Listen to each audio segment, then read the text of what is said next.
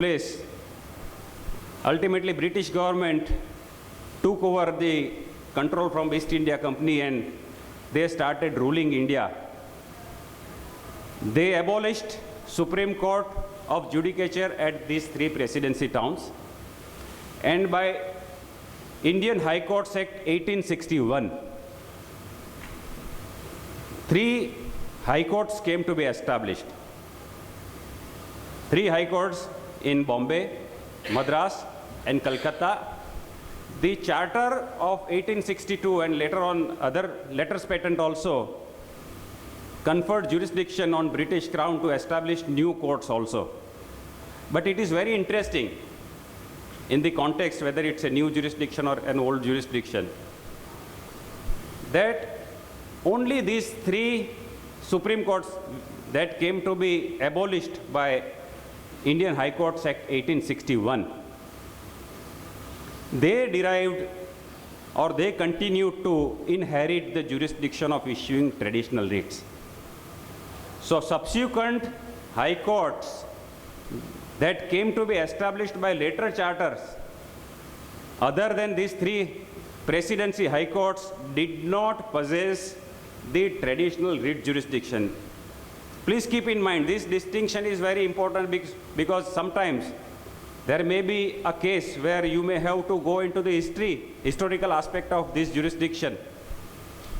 Because of not addressing the historical aspect of this jurisdiction, the Honorable Supreme Court has recently committed some mistakes in pronouncing judgment in Radheshyam versus Chabinath, as well as Shree Jogendra Singh Ji, Vijay Singh Ji versus State of Gujarat. These are the two recent decisions which have to some extent discussed 226 and 227.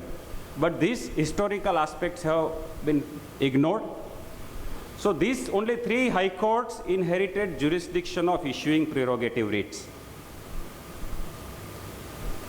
Prerogative writs, this Supreme Court jurisdiction of original charter were preserved by section 9 to 11 of the Indian High Courts Act, which preserved the jurisdiction of issuing writs in these three high courts. So other high courts admittedly did not possess any jurisdiction of issuing traditional writs. Now there is one more important development which probably one may not be aware of. That is writ of habeas corpus.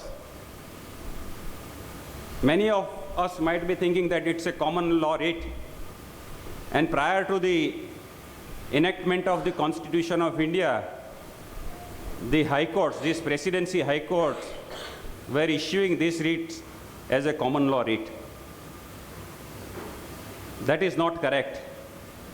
There is one section, that is section 491 of the Code of Criminal Procedure 1898, that introduced a power of issuing writ of habeas corpus, and powers were conferred on the High Court under section 491 of the CRPC to issue a writ of habeas corpus. This is a specific power.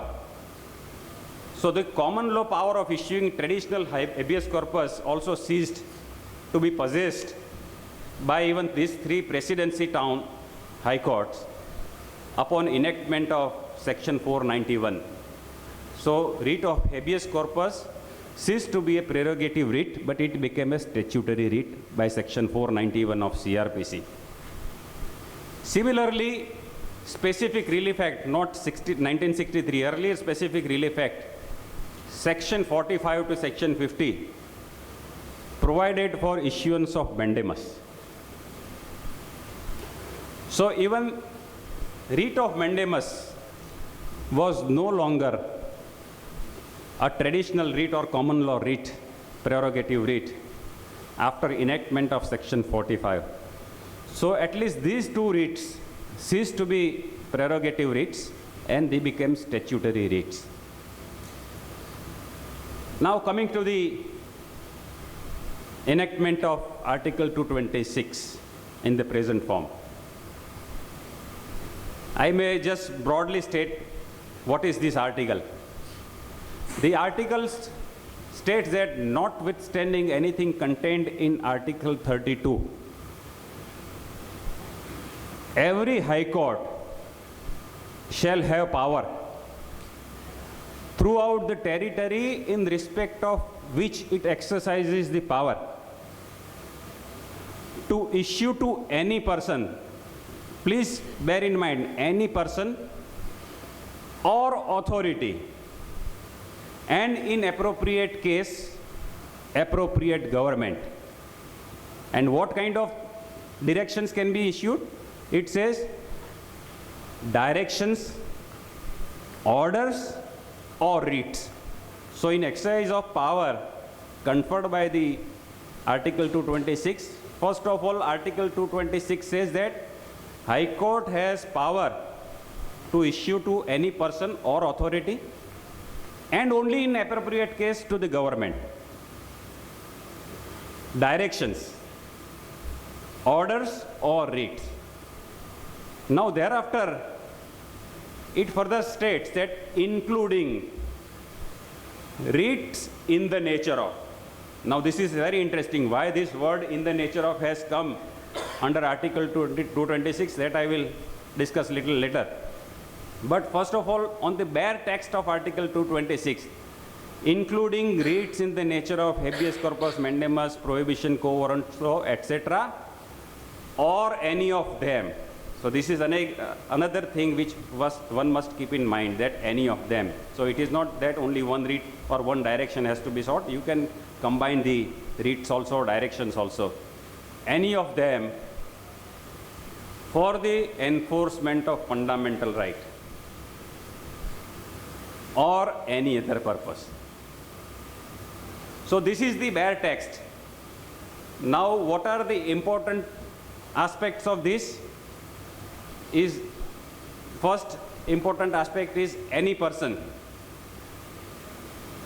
So coming to the second myth is that we have been taught from the beginning that your petition must contain an averment, that respondent is a state or instrumentality of state within the meaning of Article 12. I wonder how we have been taught like this. When Article 226 starts with that directions and orders can be issued to any person or authority, and only in appropriate case to the government, why we have been taught like this, that every petition must contain an averment, that respondent is instrumentality or state or instrumentality of state under the Article 12. So my view on this aspect is that this is again a myth and misconception. Respondent, it is not necessary that it should be a state. The word any person has been used for special reasons. If you examine fundamental rights, you will find that many fundamental rights are available against any person also.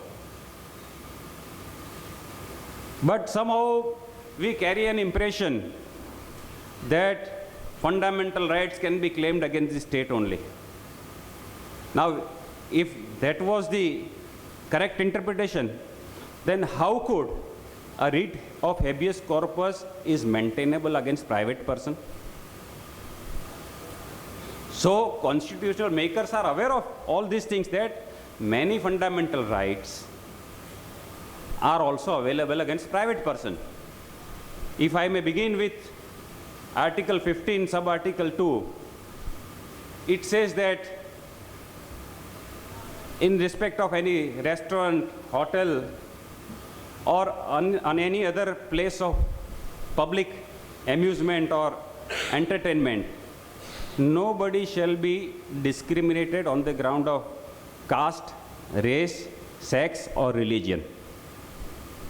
Now, once a person has opened a hotel, and somebody is not allowed to enter into that hotel on the ground that he belongs to a particular religion.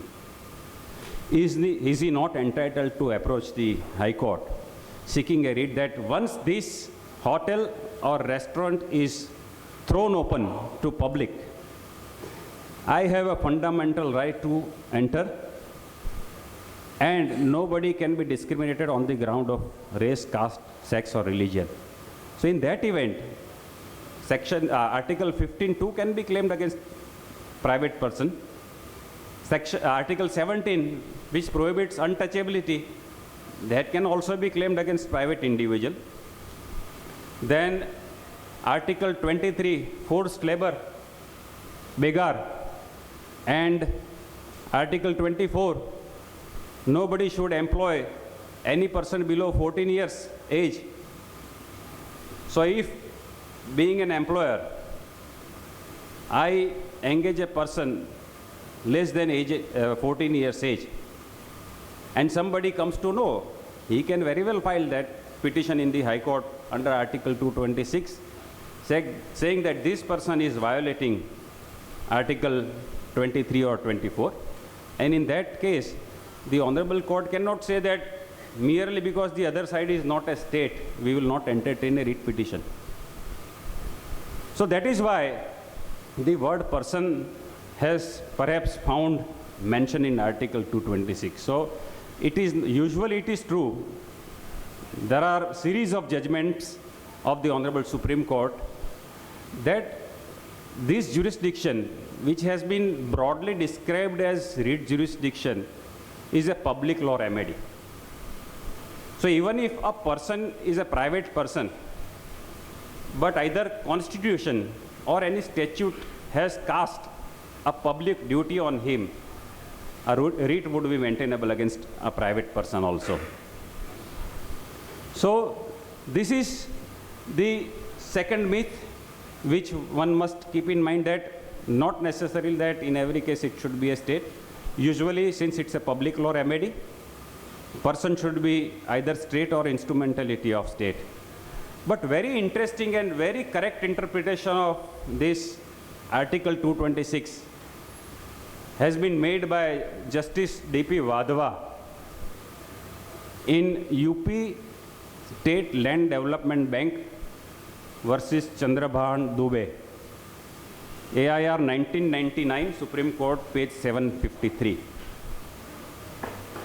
Honorable Justice Wadhwa says that where do you bring this divide line of public law remedy and private law remedy?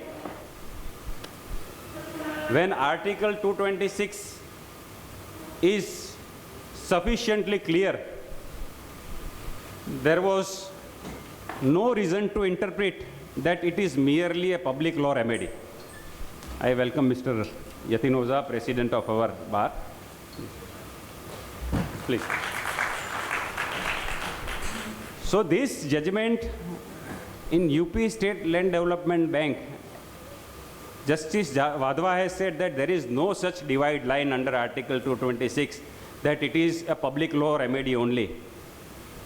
But usually, when a fundamental right is violated by a private action, it would be a private wrong, either it would be a criminal offense, it would be a tort, or it would be a civil wrong, which is usually justiciable in an ordinary civil court, because it would involve examination of various disputed question of facts, and it would also require leading of evidence. So this kind of jurisdiction, which is possessed by High Court under Article 226, which is a summary jurisdiction, is not a proper jurisdiction to be exercised, but it does not say that the jurisdiction is barred. So it is worth reading this judgment. And I have forgotten, in respect of any person, I was about to cite two judgments where this any person has been interpreted by the Honorable Supreme Court. One is Anadi Mukta's case, that is EIR 1989, Supreme Court, page 1607, where the Honorable Supreme Court was concerned with a public trust and REIT was claimed against the public trust. And the fundamental argument was that since it is not an instrumentality of state or state within the meaning of Article 12, REIT was not maintainable. Supreme Court repelled that contention and said that no, word any other person is there. And therefore, if a trust is imparting education or is performing some public duty, it can also be brought and it is amenable to jurisdiction under Article 226. Recently, this judgment has been followed. This is also, again, an interesting judgment, which is a very recent one, 15th December 2015 judgment in Dr. Janit Geopal versus SRM University. Now, SRM University was a deemed university, and the issue arose as to whether REIT was maintainable or not.